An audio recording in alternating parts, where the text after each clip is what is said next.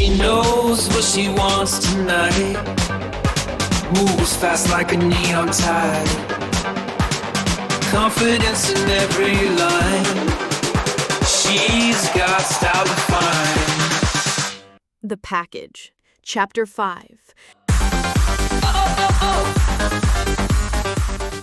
Back in the soundproofed opulence of the Manhattan penthouse, the director's face remained impassive as a subdued hum resonated through the very structure of the building, a faint, almost subconscious echo of the rising energy at Site Gamma. A secure comms link glowed softly on the polished surface of the table before him. General Riker's voice, usually a booming command, was now a strained report. "Sir, we have a breach at Site Gamma. SHIELD agents. They initiated a diversion on the upper levels, May and Morse specifically." Senator Albright, who had been enjoying a self-satisfied sip of expensive scotch, sputtered, nearly choking. "SHIELD? How could they possibly have located it?" "A leak, Senator," the director said, his gaze fixed on the glowing comm. His eyes, however, briefly flickered to a remote monitor displaying Dr. Shaw's harried face near the glowing energy core. "Dr. Shaw, current stabilization percentage." The director calmly addressed the comm, his voice carrying surprising clarity despite the background din of alarms. 94%, Director. The core is initiating final lockdown sequence. The internal pressure is immense, but stable. We are almost at critical mass for integration. Excellent, the director replied, a faint, almost imperceptible smile touching his lips. Proceed with the final integration. Do not deviate. General Riker, contain the breach. Do not engage the core chamber directly. Focus on eliminating the infiltrators. But, Director, they're trying to reach the core. They're heading for the weak points. Let them, the director said, his voice now laced with a chilling certainty. This was always a multi-layered contingency, General. Our primary objective is the successful integration and stabilization of the Exodus core. Anything that brings it to its final state, even an attack, serves our purpose. Senator Albright looked bewildered. You're letting them get to it? They'll destroy it. No, Senator, the director corrected, his smile widening slightly. They will activate it. Dr. Shaw's analysis of the anomalous biological interaction was fascinating. Agent May, with her unique energy absorption capabilities, inadvertently acted as a catalyst during the initial field test, allowing the core to find its balance. Agent Johnson's seismic abilities are not a threat to the core itself, but rather to the containment field around it. He gestured to a secondary holographic display that showed a complex energy diagram. Their attempts to disrupt the conduits will not implode the core as they anticipate. It will merely trigger an instantaneous, uncontrolled, and massive discharge of accumulated energy. A premature birth, if you will. Mr. Kendrick's eyes widened in dawning horror. You're saying you want them to hit it? The core is designed to absorb and expand. It has been accumulating ambient energy, and now the second Chitauri shard will force it past its natural capacity. An external seismic shock, delivered at the precise moment of critical integration, will not cause an implosion. It will cause a pulse. A global electromagnetic pulse synchronized with a localized energy burst strong enough to cripple every unprotected electronic system on the planet. A stunned silence fell over the room. It will plunge the world into darkness, Ambassador Lin finally stated, her voice quiet but filled with a new, terrifying comprehension. Precisely, the director confirmed, his eyes gleaming with cold triumph. A global reset. Only those with our shielded technology, our pre-positioned assets, will be operational. It will shatter governments, economies, and military infrastructure. And from the ashes, a new world order will emerge. An order we control. He looked at Senator Albright and Ambassador Lin. Your continued support, therefore, is not merely for power, but for survival. Those who partner with us will emerge stronger, poised to rebuild and dominate. Those that do not will simply cease to exist in any meaningful capacity. The director then turned his full attention back to the comms. Riker, Shaw, maintain the Corps' integration. Allow the SHIELD agents to play their part. The Exodus Pulse will be initiated shortly. All non-essential personnel are to move to shielded bunkers. This is the dawn of a new age.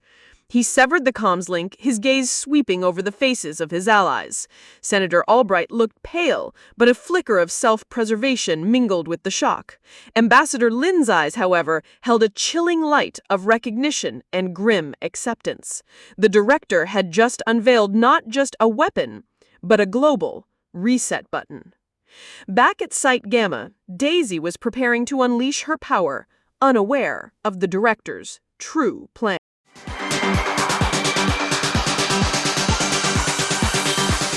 The ground beneath Daisy Johnson's feet thrummed with an unbearable intensity. High above Site Gamma, nestled within the stealth-coated Quinjet, she could feel the monstrous power of the Chitauri-infused core beneath her. Her gauntlets glowed with a fierce, unstable energy, mirroring the desperate urgency in Natasha's voice through her comms. Core stabilization at 99%. Daisy, now! They're sealing the chamber. Natasha's voice was a frantic whisper, mixed with the rising cacophony of alarms and distant gunfire from within the facility. Below, May and Bobby were causing glorious chaos. They'd bypassed the final security detail, fighting their way towards the core chamber, drawing centipede operatives like moths to a flame. Explosions rocked the upper levels, strategically placed charges designed to create maximum distraction. "Watchtower! I'm at 100% charge!" Daisy shouted, her teeth gritted. "Executing seismic strike now!" "Proceed, Quake! Godspeed!" Coulson's voice was a strained command from the playground. Daisy slammed her hands down, channeling every ounce of her amplified power directly into the earth. A guttural roar ripped from her throat as a wave of pure, concentrated vibrational force shot down from the Quinjet directly into the predetermined weak points of Site Gamma's subterranean structure. Below ground, inside the brightly glowing core chamber, the reinforced glass cylinder pulsed with an almost blinding blue light. Dr. Shaw, oblivious to the true nature of the impending shockwave, stood beside it, her face a mask of triumph. "Integration complete. Full stabilization achieved. Director, the Exodus core is—" Her words were cut short by a violent, earth-shaking tremor. Not a mere quake, but a focused, piercing vibration that hit the very conduits connecting to the core. The entire chamber groaned, metal twisting, concrete cracking. "The SHIELD agents!" General Riker roared, drawing his weapon. But it was already too late. The seismic force did not cause an implosion as SHIELD had anticipated. Instead, it struck the fully charged, hyper-stabilized core at the precise moment of its ultimate energy accumulation. The director's chilling gamble paid off. There was no explosion, no shattering glass. Instead, the blue light within the core intensified to an unimaginable brilliance, sucking all light, all color from the chamber. It became a pure, blinding white. And then, in a terrifying, silent flash, an electromagnetic pulse erupted.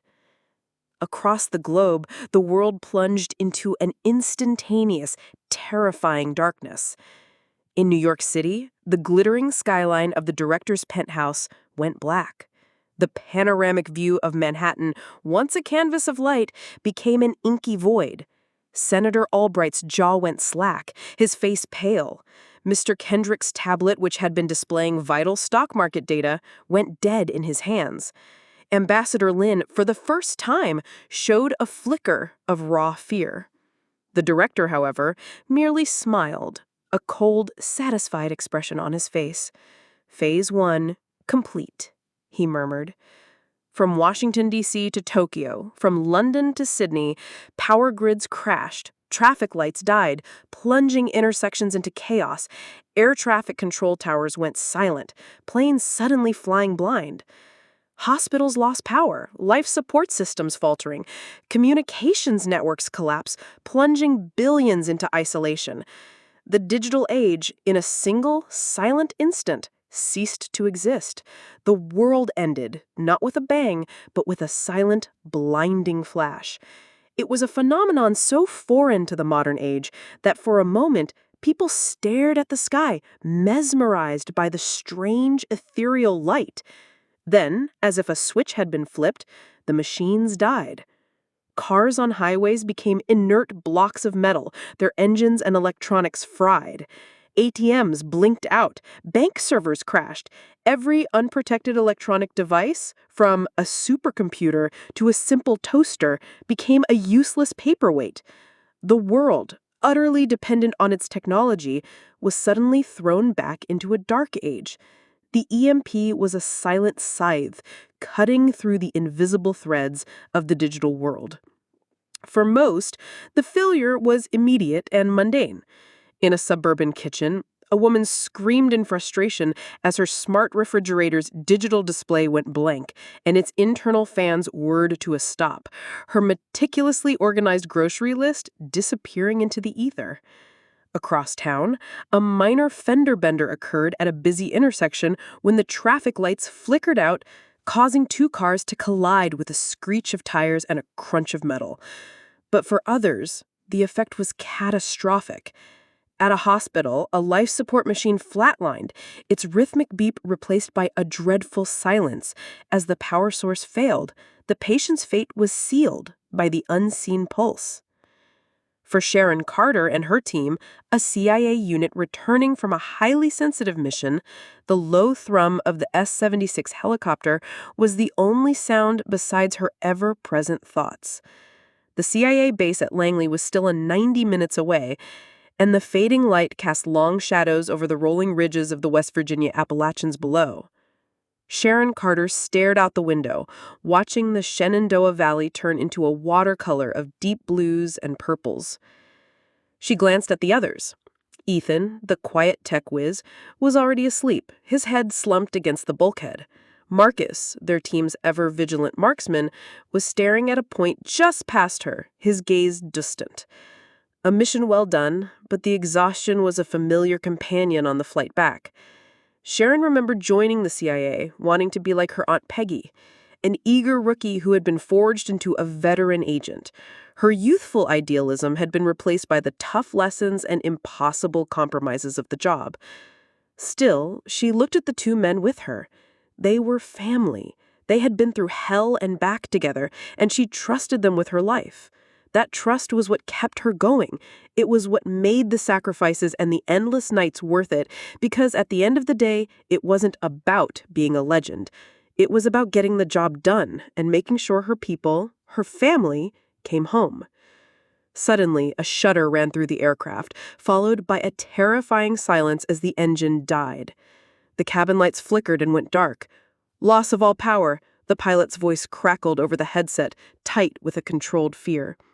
Going into auto-rotation, we have a field in sight. A small airstrip, looks like a crop dusting outfit. The S-76 began a slow, controlled descent, the rotors still spinning from the airflow. The small airfield appeared in the clearing below, a strip of packed dirt next to a weathered hangar. They were going to make it, Sharon thought, a wave of relief washing over her. But the relief was premature. A gust of wind pushed the helicopter sideways, and the main rotor clipped a sycamore tree at the edge of the clearing. The impact was violent, a sickening crunch of metal and shattering glass. The helicopter spun, a chaotic dance of sparks and noise before it slammed into the ground. Sharon's world went white, then black. When her senses returned, she was hanging upside down, the smell of jet fuel heavy in the air. Ethan and Marcus were groaning but alive. The cabin was a mess of twisted metal and debris. Pilots? Marcus rasped. Sharon turned her head to look forward. The cockpit was crushed, the fuselage bent in on itself at the point of impact. The force of the forward collision and the initial impact with the tree had collapsed the front of the aircraft. There was no movement, no sound from the two men who had fought to bring them down safely. Their lives had been traded for the passengers in the back. Sharon unbuckled her harness, her mind already moving to the next objective: escape the wreckage and evaluate their situation.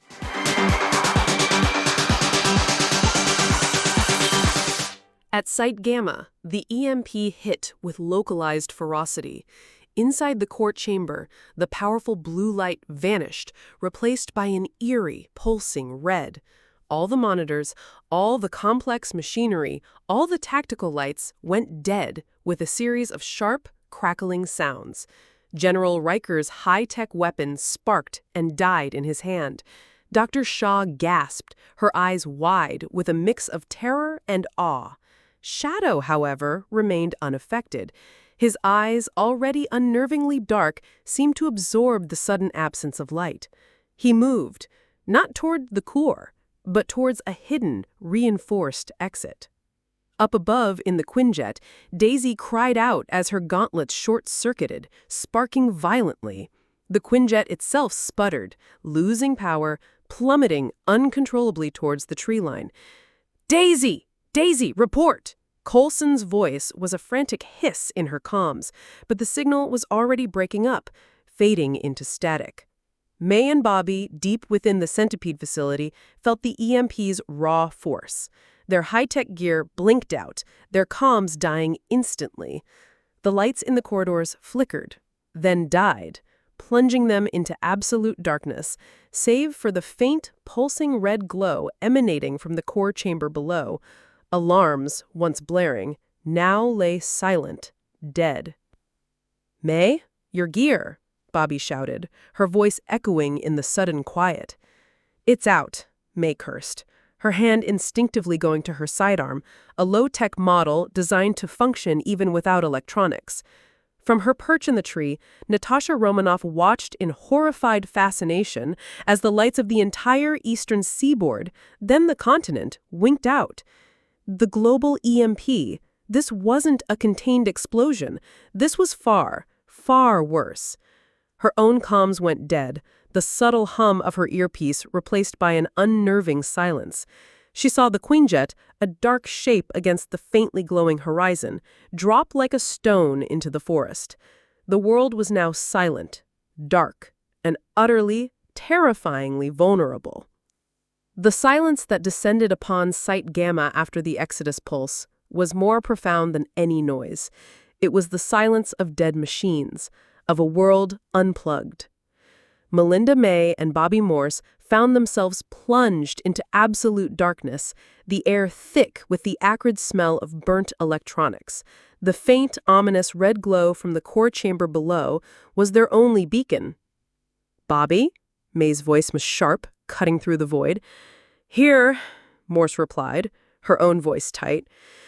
"My staves are useless. All electronics are fried." She instinctively regripped them, relying now on their pure physical properties. "Your comms?" "Dead," May confirmed, already pulling a compact, non-electronic flashlight from a hidden pouch. Its beam, a weak circle against the oppressive black, was a stark reminder of their vulnerability. This wasn't an implosion. "No," Bobby agreed. "It was a pulse. A big one, by the looks of it. Coulson, the playground? Everyone's offline." They moved cautiously toward the core chamber, the silence amplifying every creak of metal, every scuff of their boots. The red glow pulsed erratically now, weaker, as if the Exodus core itself was in a state of exhaustion after its devastating discharge. Inside the chamber, the scene was one of contained disaster. The main Centipede operatives were sprawled on the floor, dazed by the EMP, their advanced gear smoking faintly. General Riker was slowly pushing himself up, his eyes wide with a mixture of shock and awe. Dr. Shaw lay unconscious near a sparking console. Shadow, however, was nowhere to be seen. He had vanished the moment the pulse erupted. May and Bobby exchanged a look. Their primary mission had changed. Containment was no longer an option. Survival and understanding what had just happened was. Up above, the Quinjet, its systems utterly fried, plummeted through the tree canopy. Daisy Johnson, her gauntlets still sparking uselessly, braced for impact. The crash was violent, ripping through branches, slamming the aircraft into the soft, damp earth with a sickening crunch. The cockpit crumpled, but the reinforced frame held, albeit barely. Daisy groaned, pain shooting through her arm as she unstrapped herself. Smoke billowed from the console. Every light, every display, was dead. Her comms were silent. "Coulson? Guys?" She tried, her voice raspy, but only static met her. She pushed herself out of the mangled cockpit, her body aching, her head ringing. The forest was eerily still, utterly silent. The distant hum of Site Gamma had ceased. The world was deaf. She looked up at the sky. There were no city lights, no planes, just stars, impossibly bright in the sudden absence of light pollution. A chilling realization dawned on her. The pulse wasn't just localized, it was global. High in the oak tree, Natasha Romanoff had witnessed the entire, terrifying sequence. The blinding flash, the immediate global blackout as cities across the horizon simply ceased to exist as points of light.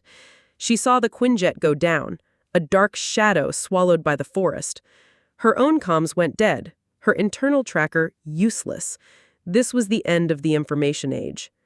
She dropped silently from the tree, her landing soft. Her first instinct was to move. Find Daisy, find May and Bobby, assess the damage. The air was cold, carrying the damp scent of earth and the metallic tang of the EMP. The forest was a labyrinth of darkness, but Natasha's senses were heightened. She could feel the lingering tremor in the ground, a phantom vibration from Daisy's power. She moved towards the crash site, her mind already shifting into a new mode of operation. No satellites, no comms, no backup. Just raw, primal instinct and the skills honed over a lifetime. She found the crashed Quinjet easily, the ozone guiding her. "Daisy!" she called out, her voice cutting through the unnatural silence. A weak groan responded. Natasha found Daisy, pulling herself from the wreckage, bruised but alive. "Natasha!" Daisy gasped, looking up, her eyes wide with shock. What was that?" "EMP," Natasha stated, her voice grim. "Centipede's plan all along. They just cut our power." She helped Daisy to her feet, supporting her as they surveyed the desolate scene. "We're on our own. No contact with the playground. No one knows we're here." The silence of the new world was absolute. No cell phones ringing, no car alarms blaring, no distant hum of civilization.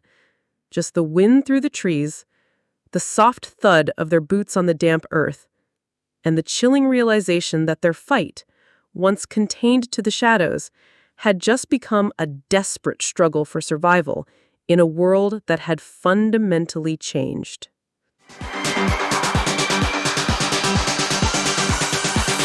The playground, once a fortress of light and information, was now a tomb of silence and shadow. The moment the Exodus pulse hit, the entire facility had plunged into a profound darkness, broken only by the eerie red glow of emergency lights, which, being analog, had mercifully not fried.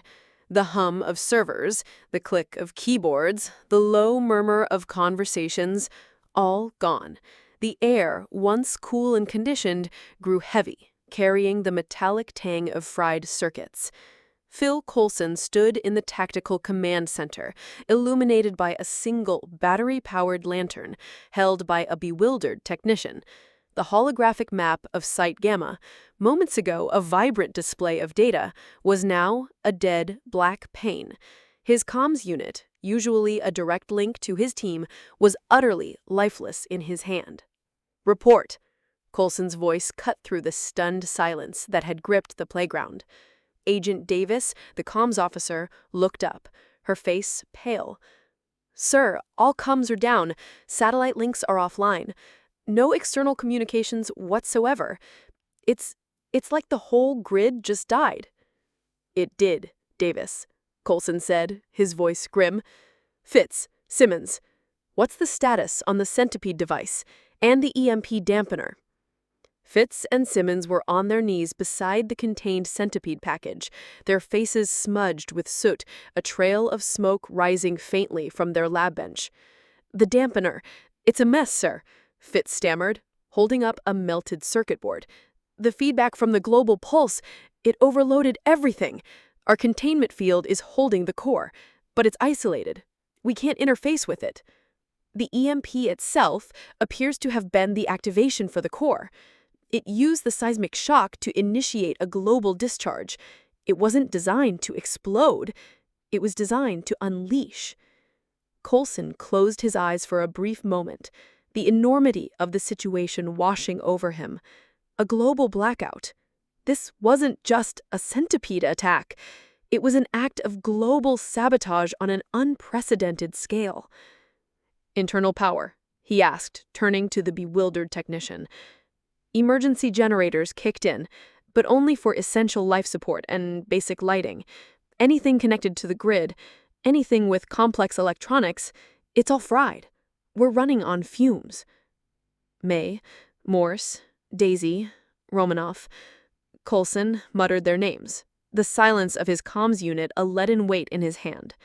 They were out there, in the field, likely in the immediate blast zone of the EMP, cut off. He took a deep breath, pushing down the rising tide of fear for his team. Panic wouldn't help. S.H.I.E.L.D. was built for crises, for the impossible. This was the impossible. "All right," Coulson said, his voice regaining its steel. "First priority, secure the playground.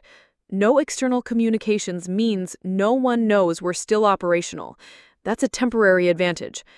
Second, we need to assess the global situation.